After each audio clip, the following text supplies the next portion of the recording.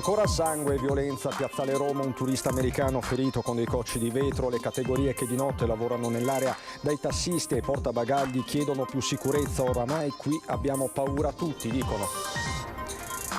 E a Mestre contro ladri e sbandati c'è anche chi si difende con il filo spinato. Accade in un condominio della centrale via Carducci per impedire di scavalcare l'accesso.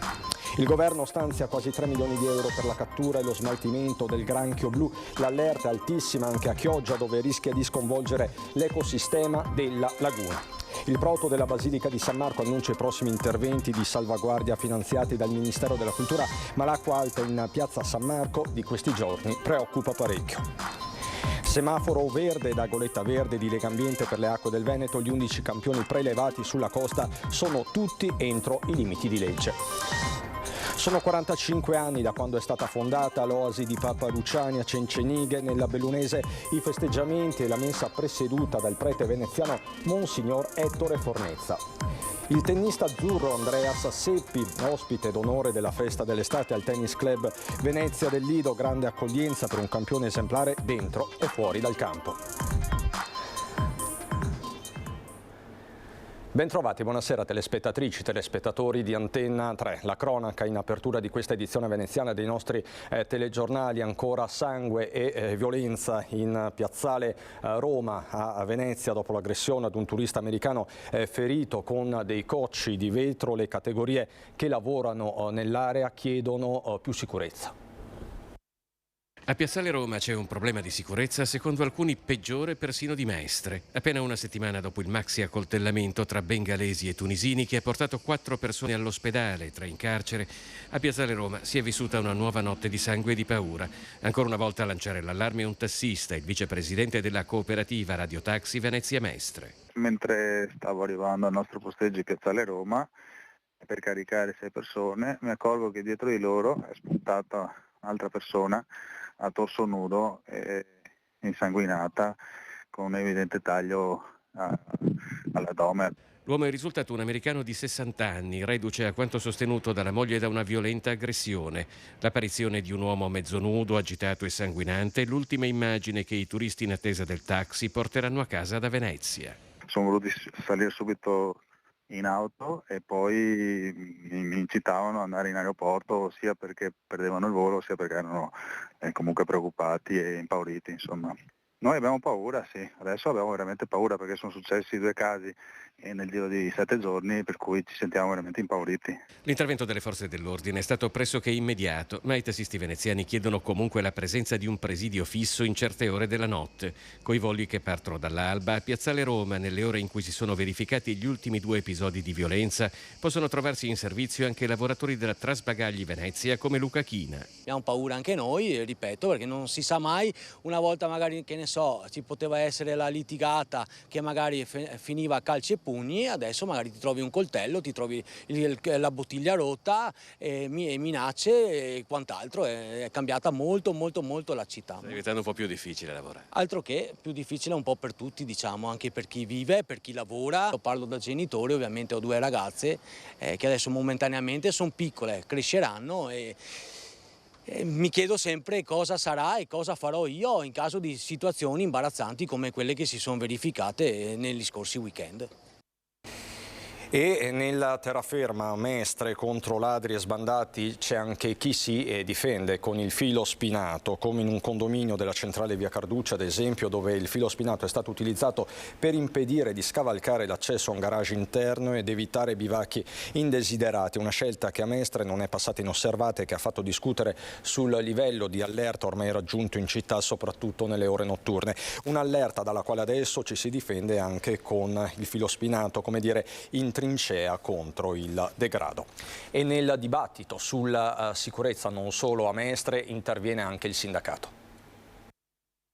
Mestre va cambiata, la zona di via Piave, la zona delle casette dei ferrovieri, via Giustizia va sicuramente fatto un intervento molteplice, non ci può fare un intervento mettendo più polizia locale o quanta, perché non si riesce a risolvere il problema è a monte. Persino a livello nazionale il nome di Mestre viene sempre più spesso tristemente accostato a problemi di ordine pubblico.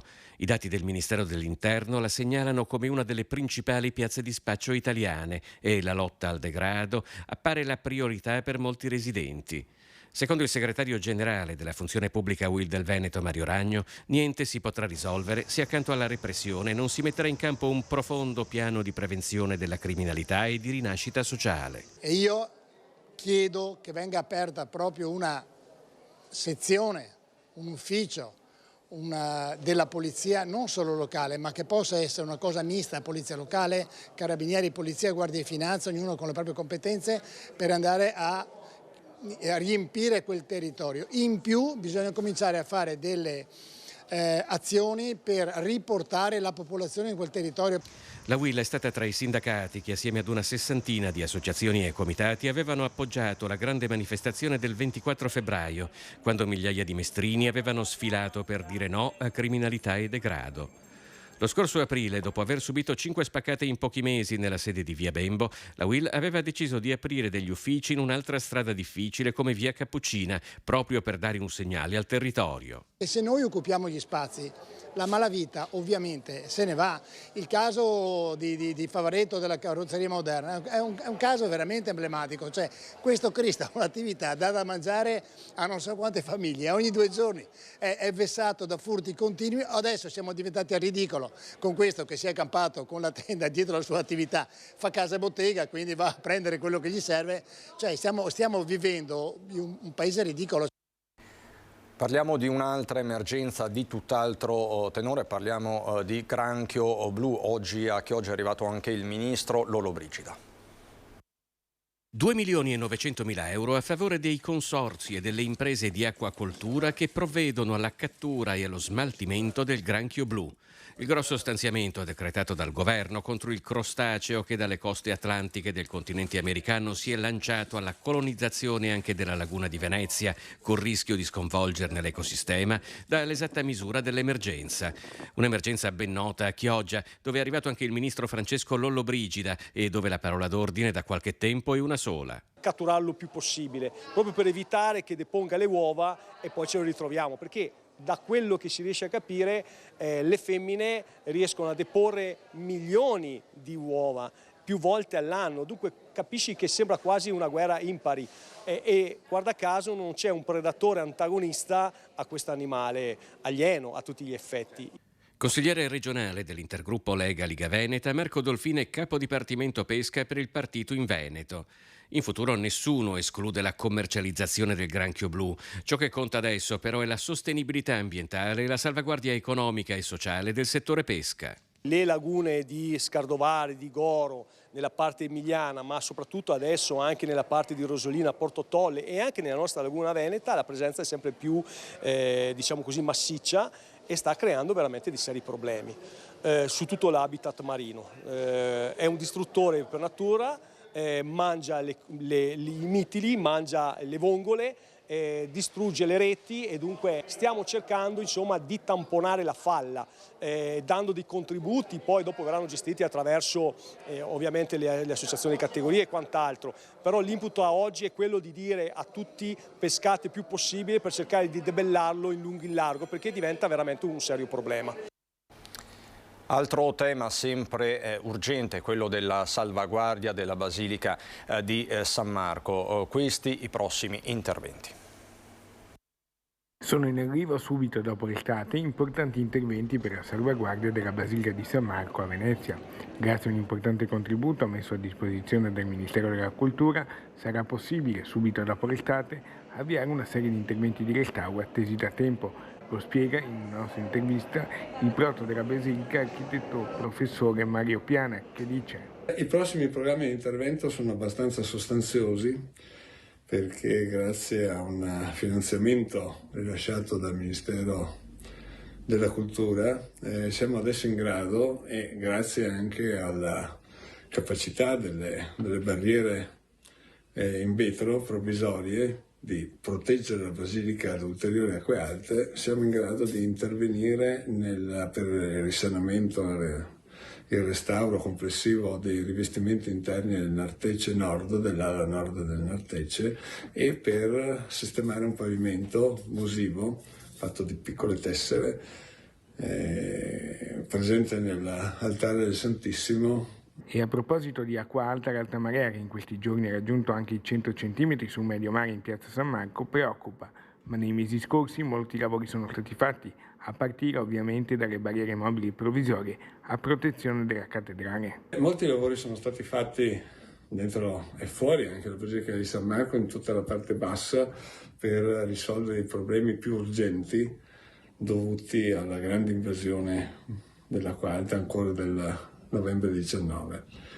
E purtroppo in agosto è già il secondo anno che si manifesta più volte il fenomeno dell'acqua alta. La settimana scorsa ha toccato i 100 centimetri e questo è preoccupante perché si capisce che le maree, l'ampiezza media delle maree sta crescendo in continuazione in laguna.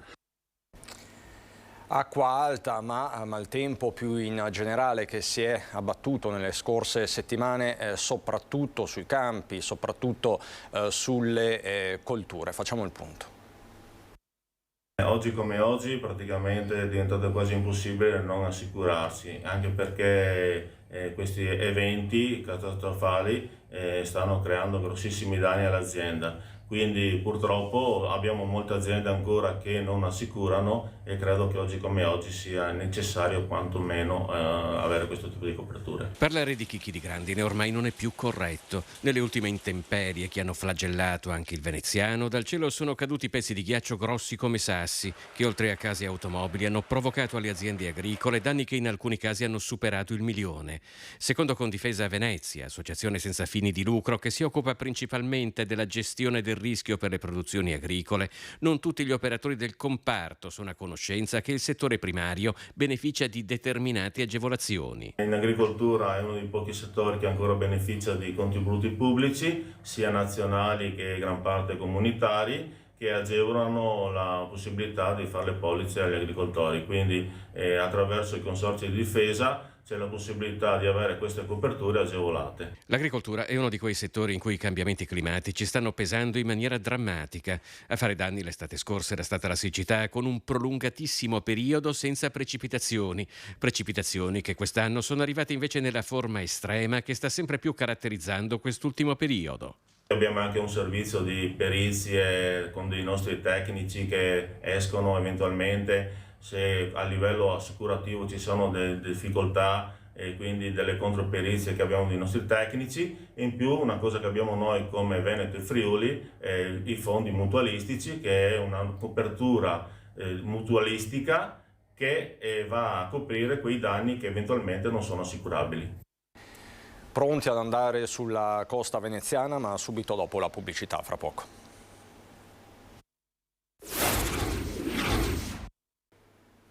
Di nuovo in diretta per andare, dicevamo, sulla costa veneziana, semaforo verde da goletta verde di Legambiente per le acque del Veneto. Gli 11 campioni prelevati sulla costa sono tutti entro i limiti di legge, però c'è un però. Secondo le proiezioni elaborate dall'osservatorio Città Clima di Legambiente, entro il 2100 il livello del mare nel porto di Venezia potrebbe alzarsi di oltre 1 metro, mentre 264 km di costa padano-veneta e oltre 5 km quadrati di aree rischiano di essere sommerse dall'acqua. Il litorale veneto inoltre non è esente da gravi eventi meteo idrogeologici. 25 eventi estremi negli ultimi 14 anni, dal 2010 a oggi, hanno colpito il 50% dei comuni costieri, 6 su 12. La conta dei danni è lunga, 11 mareggiate, maggiormente concentrate sulla costa di Jesolo, 4 trombe d'aria e raffiche di vento, 3 allagamenti, 3 danni alle infrastrutture, 2 danni da siccità prolungata, un danno consistente al patrimonio storico, 1 da grandine. Questi conti quindi di Legambiente. Parliamo adesso di un'importante celebrazione avvenuta a Cencenighe, siamo quindi nel Bellunese, parliamo di Papa Luciani. Era l'agosto del 1978 quando il prete veneziano Don Ettore Fornezza e l'allora patriarca di Venezia Armino Luciani, di cui Fornezza era segretario particolare, ricevettero dal parroco di Cencenighe, Don Costantino, la proposta per l'acquisto della prima casetta di quello che era un piccolo borgo di pastori montanari, Ghisel. Da allora questa località di Cencenighe, in provincia di Belluno, è diventata negli anni poco alla volta l'oasi di Papa Luciani, a ribadire ancora oggi, nel segno del Papa del Sorriso, il profondo legame che esiste tra Venezia e Ragordino. Come avviene ormai ogni anno, un centinaio di persone ha partecipato domenica all'edizione di Ghisel in festa, prima la Santa Messa presieduta da Don Ettore, poi il pranzo tutti insieme. A conclusione della giornata di festa è stata poi inaugurata anche una nuova scultura in marmo con il simbolo del Leone di San Marco, realizzata da Ernesto Fabris e offerta dai volontari dei Biri, primo gruppo di veneziani a salire a Ghisel nel 1977. Papa Luciani è stato amato dai veneziani, è stato amato dalla sua gente qui a Gordino e quando era patriarca. Adesso è ancora più amato dal mondo, che con il suo sorriso ha conquistato il mondo. E qui nella zona del Agordino, e noi che siamo qui veneziani in Agordino, sicuramente lui sarà felice in paradiso a vederci dall'alto. La festa è stata anche l'occasione per percorrere il nuovo sentiero e ammirare la statua di Papa Luciani all'arrivo in oasi, ma anche per ammirare il nuovo impianto di pannelli fotovoltaici che oggi forniscono a Ghisel energia pulita e consentono di dare luce ed elettricità a tutta l'oasi.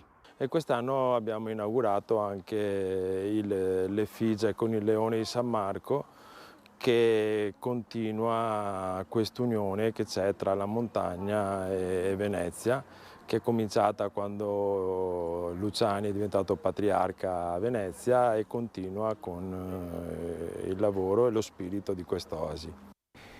Chiudiamo con lo sport. Il tennista azzurro Andrea Sasseppi è stato l'ospite d'onore della festa dell'estate al Tennis Club Venezia del Lido. Per lui una grandissima accoglienza. È arrivato fino a diventare il tennista numero 18 del ranking mondiale, ma Andrea Sasseppi, 39 anni, tennista italiano e padre di 2 bimbi, non ha mai perso l'umiltà e la disponibilità, un modello positivo da imitare per i tanti giovani praticanti appassionati di questo sport.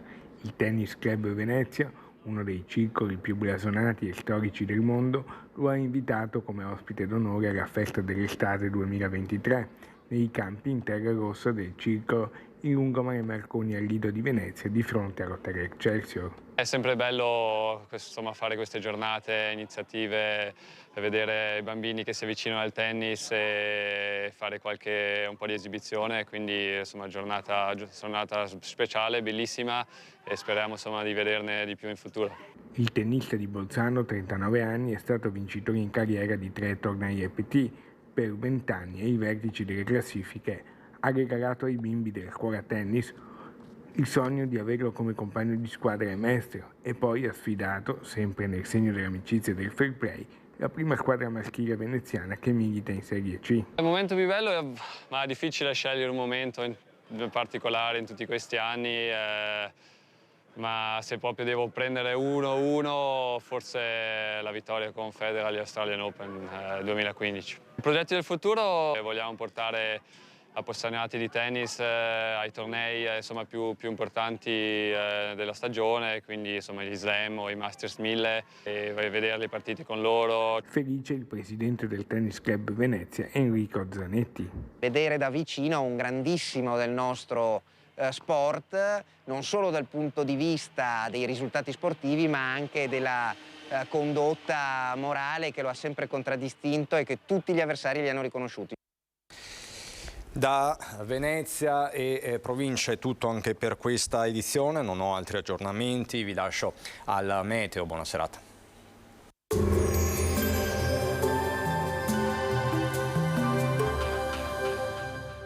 Cooperativa Agricola Volpago offre carne d'eccellenza. Ci trovi a Volpago del Montello, Pieve del Grappa, Tre Baseleghe e presso lo spaccio del contadino a Dolo e Massanzago. Benvenuti al meteo.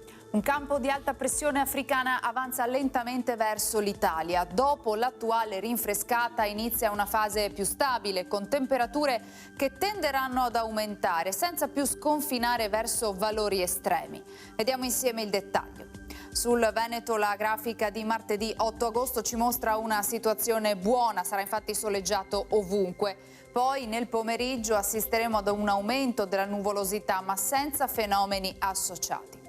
Temperature, come detto, in ripresa, minime tra 10 e 18 gradi, massime tra 22 e 28 gradi all'incirca. Ci spostiamo ora sul Friuli Venezia Giulia. Anche in questo caso stessa situazione, con tanto sole, cielo sereno o poco nuvoloso, per qualche velatura o qualche cumulo pomeridiano in montagna. Farà ancora molto fresco di notte e al mattino, con temperature minime tra 12 e 17 gradi, massime sui 24-26 gradi. Infine diamo uno sguardo alla situazione del Trentino Alto Adige, dove si prevede tempo soleggiato, come ci mostra la grafica, con cielo limpido o poco nuvoloso. Temperature minime intorno a 11-14 gradi, massime sui 26 gradi all'incirca. Dal meteo di Antenna 3 per ora è tutto, grazie per l'attenzione. Arrivederci.